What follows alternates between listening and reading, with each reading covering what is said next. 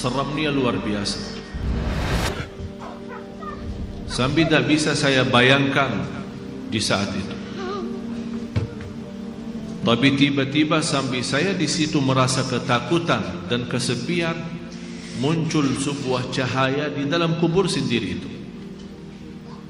Dan saya berteriak, siapa kamu yang membawa cahaya itu? Dia langsung sendiri cahaya berkata, saya Surat Al-Mulk.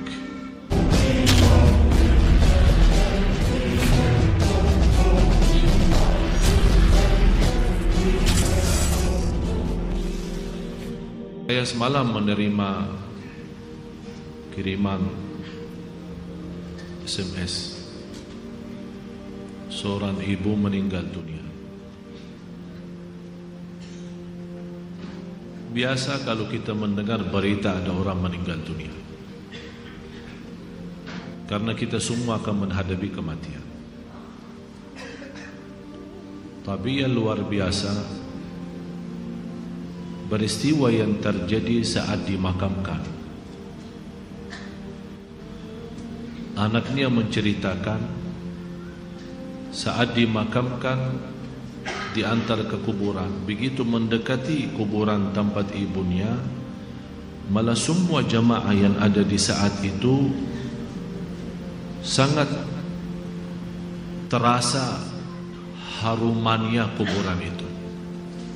Harum sekali, keluar semacam wangi yang luar biasa. Sampai orang pada pandangannya kepada yang lain, barangkali di antara jamaah yang membawa wangi-wangian yang bagus, tapi ternyata tidak, mengalir dari bawah keluar. Sampai ada yang malah melihat asap-asapnya. Asap ini bukan asapnya kebakaran, tapi asapnya itu karena wangian dari masuk dari kuburan itu. Sampai dikuburkan, malah kata anaknya, begitu saya sendiri yang nurun memakamkan, mengkuburkan ibu saya, sampai saya dan tanah saya sendiri membawakan tanahnya menutupi kuburannya. Pulang ke rumah saya mandi dan mencuci tangan dengan sabun, tapi masih terasa tangan saya harumnya luar biasa. Sampai tidak bisa kehilangan. 3 malam masih tersimpan harumnya itu. Saya bertanya lewat SMS, apa kelebihan ibu kamu? Dia bilang, ibu saya biasa, malah orang awam, bukan wanita yang apa gitu, tapi awam-awam biasa.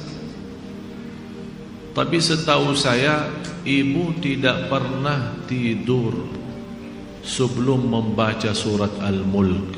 Tabarakalladzi biyadihil mulk.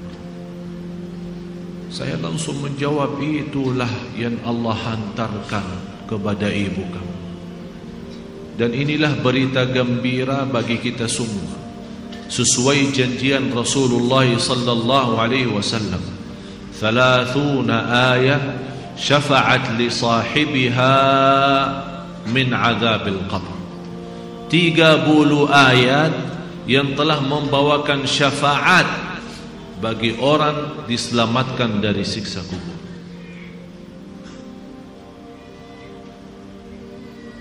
Dari situ, seperti kebiasaan, ambil wudu, saya witir duluan, kemudian tidur. Apa yang saya lihat dalam mimpi? Bapak Ibu, yang saya lihat diri saya sendiri di dalam kubur. Sangat gelap, ngeri. Malah terasa seramnya luar biasa. Sampai tak bisa saya bayangkan di saat itu. Tapi tiba-tiba sampai saya di situ merasa ketakutan dan kesepian, muncul sebuah cahaya di dalam kubur sendiri itu. Dan saya berteriak, siapa kamu yang membawa cahaya itu?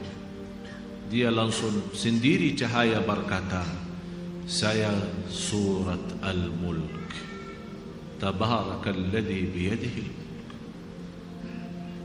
Saya sendiri di malam itu tidak sempat membaca. Saya bangun kaget. Saya ambil wuduk lagi dan membaca surat Al-Mulk, baru saya tidur lagi. Saya memberikan nasihat kepada semua jemaah yang hadir. Tolong sampaikan pesan ini. Jangan tidur belum baca surat Tabarak, karena kita tidak tahu kapan saatnya menghadapi kematian. Bisa jadi itu tidur kita adalah tidur yang terakhir dari dunia ini.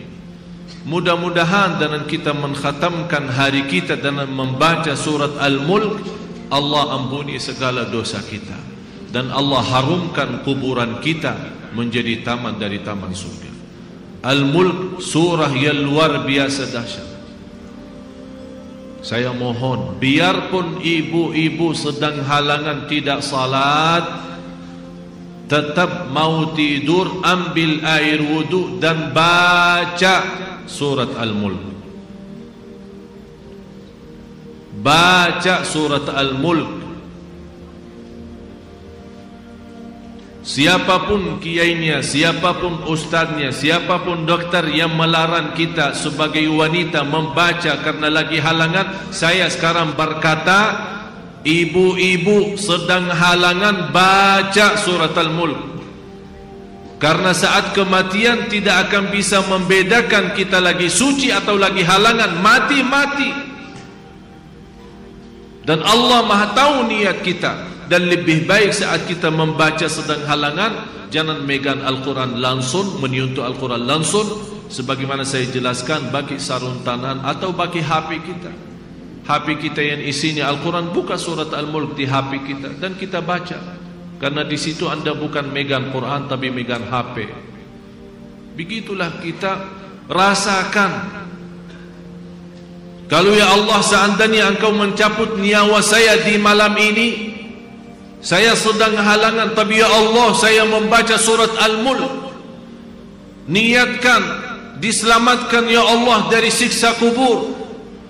Dan harus kita yakini, kita di umur kita di dunia kubur jauh lebih panjang daripada umur kita di dunia. Bisa malah ratusan tahun. Ada di yang sudah di alam kubur 1000 tahun. Ada yang lebih, kira-kira bisa terbayang 1000 tahun. Apalagi umat yang terdahulu. Oleh karena itu jamaah sekalian, waspadalah, berhati-hatilah. Marilah kita sama-sama menjaga kebaikan itu. Karena sungguh inna rahmatallahi qaribun minal muhsinin. Sungguh rahmat Allah sangat dekat bagi orang yang berbuat baik.